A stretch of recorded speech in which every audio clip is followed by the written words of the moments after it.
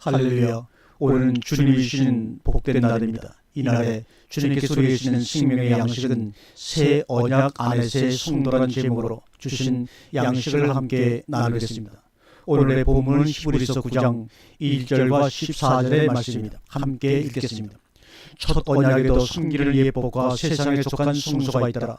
예비한 천장막이 있고 그 안에 등대와 상과 진설병이 있으니 이는 성소라 일컫고 또 둘째 장 뒤에 있는 장막을 지성소라 일컫나니 금 향로와 사면을 금으로 싼 언약궤가 있고 그 안에 만나를 담은 금항아리와 아론의 쌍난 지팡이와 언약의 비석들이 있고 그 위에 속죄소를 덮는 영광의 그룹들이 있으니 이것들에 관하여는 이제 낱낱이 말할 수 없노라. 이 모든 것을 이같이 예비하였으니 제사장들이 항상 첫 장막에 들어가 섬기는 일을 행하고 오직 둘째 장막은 대제사장이 홀로 1년 1차씩 들어가되 피 없이는 아니하나니 이 피는 자기와 백성의 허물을 위하여 드리는 것이라. 성령이 이뤄서 보이신 것은 첫 장막이 서 있을 동안에 성소에 들어가는 길이 아직 나타나지 아니하는 것이라. 이 장막은 현재까지의 비유니 이에 의지하여 드리는 예물과 제사가 섬기는 자로 그 양심상으로 온전케 할 수 없나니 이런 것은 먹고 마시는 것과 여러 가지 씻는 것과 함께 육체의 예법만 되어 개혁할 때까지 맡겨둔 것이라. 그리스도께서 장래 좋은 일에 대제사장으로 오사 손으로 짓지 아니한 곧 이 창조에 속하지 아니한 더 크고 온전한 장막으로 말미암아 염소와 송아지의 피로 아니하고 오직 자기 피로 영원한 속죄를 이루사 단번에 성소에 들어가셨느니라. 염소와 항소의 피와 및 암송아지의 죄로 부정한 자에게 뿌려 그 육체를 정결케 하여 거룩케 하거늘 하물며 영원하신 성령으로 말미암아 흠없는 자기를 하나님께 드린 그리스도의 피가 어찌 너희 양심으로 죽은 행실에서 깨끗하게 하고 살아계신 하나님을 섬기지 못하겠느냐. 아멘. 우리는 속죄소와 그릇 뿌리고 법궤가 있는 지성소에 대해 안다고 생각합니다. 그러나 실제로 그곳에 들어가 하나님을 만난 사람들은 그리 흔치 않습니다. 지성소에 있는 성물들 곧 스랍, 그룹, 법궤가 있습니다. 하나님은 이곳에서 하나님의 백성을 만나겠다고 말씀하셨습니다. 그런데 이곳의 이름이 속죄소 또는 시온자라고 부르는 이유가 있습니다. 속죄소는 죄를 속하는 곳이란 의미이고 시온자는 은혜가 베풀어지는 곳이란 말이죠. 그런데 왜 그렇게 부를까요? 법궤 세 가지 보관물에 대해서 살펴본 바 있는데 간단하게 정리하자면 만나는 외적 조건 때문에 먹고 마시는 문제 때문에 하나님을 배반하는 것이 아니라 내적 조건 때문에 하나님을 배반한다는 움직일 수 없는 증거가 만나입니다. 신명기 8장 2절과 3절에 내 하나님 여호와께서 이 40년 동안 너로 광야의 길을 걷게 하신 것을 기억하라. 이는 너를 낮추시며 너를 시험하사 네 마음이 어떠한지 그 명령을 지키는지 아니 지키는지 알게 하심이라. 너를 낮추시며 너로 줄이게 하시며 또 너도 알지 못하며 내 열조도 알지 못하던 만나를 내게 먹으신 것은 사람이 떡으로만 사는 것이 아니고 오직 여호와의 입에서 나오는 모든 말씀으로 사는 줄을 너로 알게 하려 하심이니라. 만나를 주신 이유가 뭐라고 하십니까? 사람이 사는 것은 먹고 마시는 떡 문제가 아니라 하나님의 말씀으로 사는 것이라는 것을 가르치고자 함이었다고 말씀하십니다. 그래서 만나는 양식이 아니라 하나의 표적이요 오늘 본문 9절에서 말하는 것 같이 현재까지의 비유였던 것입니다. 그래서 일시적으로 주신 것이 아닙니까? 먹고 마시는 것이 있어야 하나님을 섬길 수 있다고 해서 준 것인데 그때 너희들이 어떻게 했느냐의 고발이 만나를 보관한 이유입니다.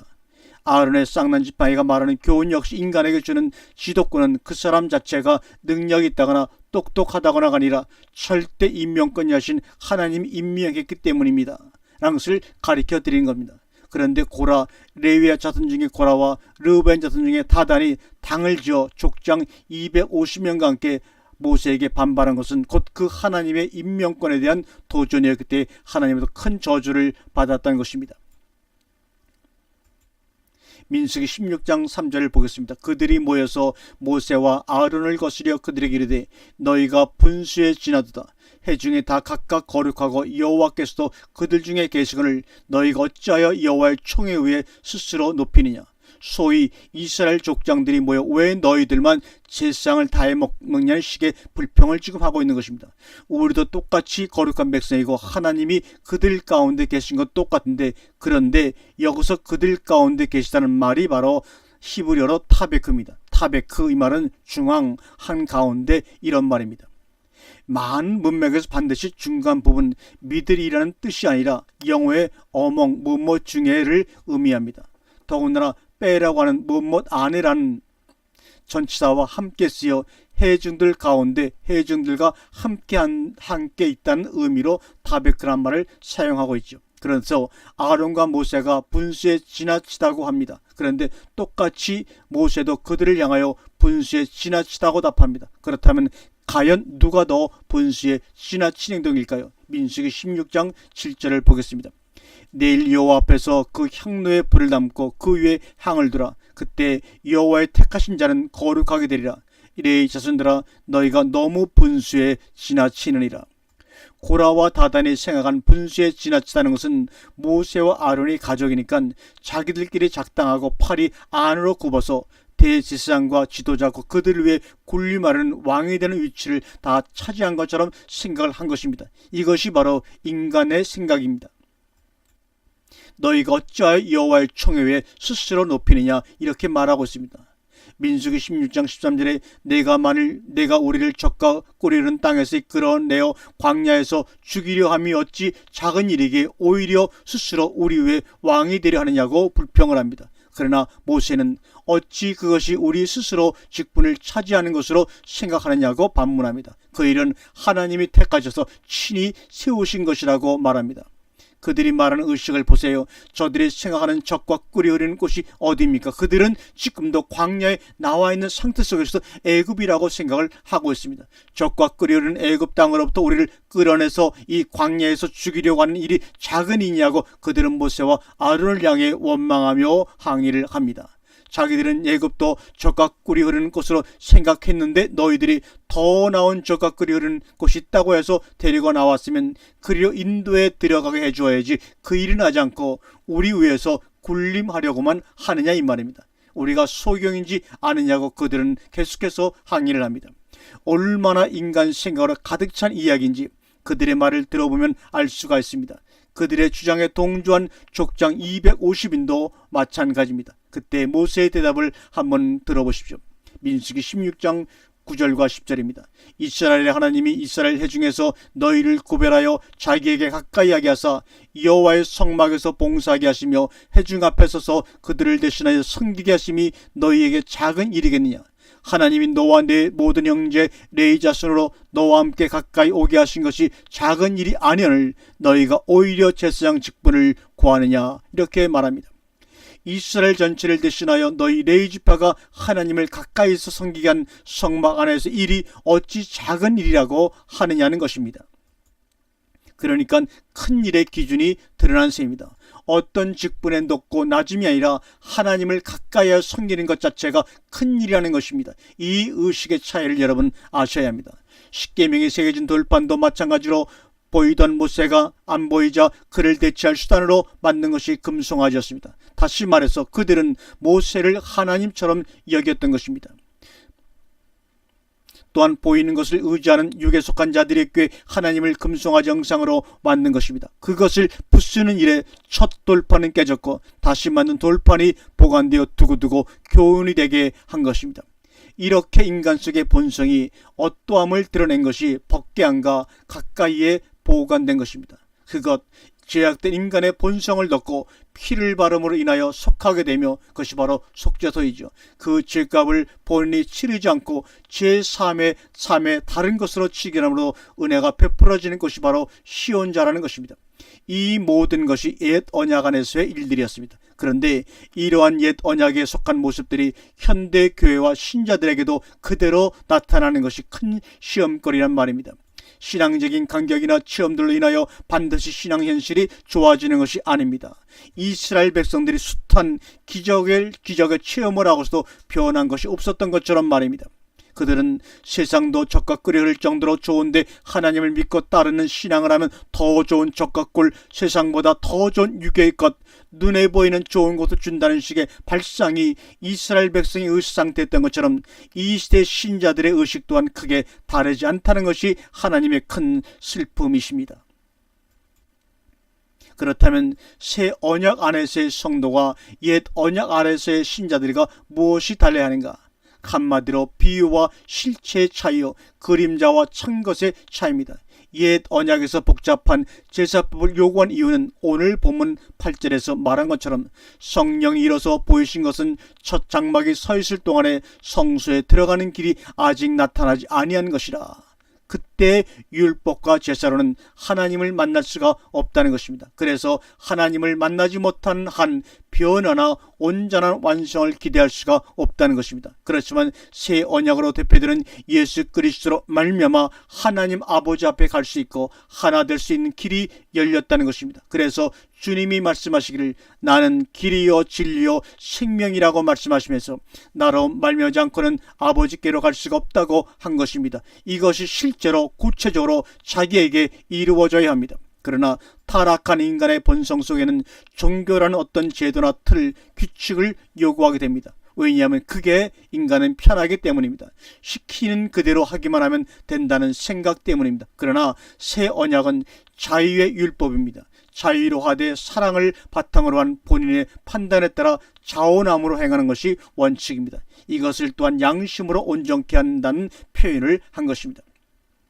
새 언약의 핵심은 안에서의 변화를 통한 내적 생명의 역사가 이루어진다는 것이며 거듭남을 시작으로 하여 계속되는 자람과 변화가 마침내 하나님의 성품을 완성시키고 하나님화 되어 가는 것입니다. 그러기에 보이는 것으로의 보상이나 형통의 대가는 없다는 것을 알아야 합니다. 이제는 내적인 것으로의 싸움이며 그 싸움에 대한 승리가 보장된 것입니다. 그러므로 새 언약 안에서의 성도가 반드시 기억해야 할 것은 현실 가운데서의 형통이나 자기의 욕심을 채우는 식으로의 보상은 없다는 것을 이제 확실히 알아야 합니다.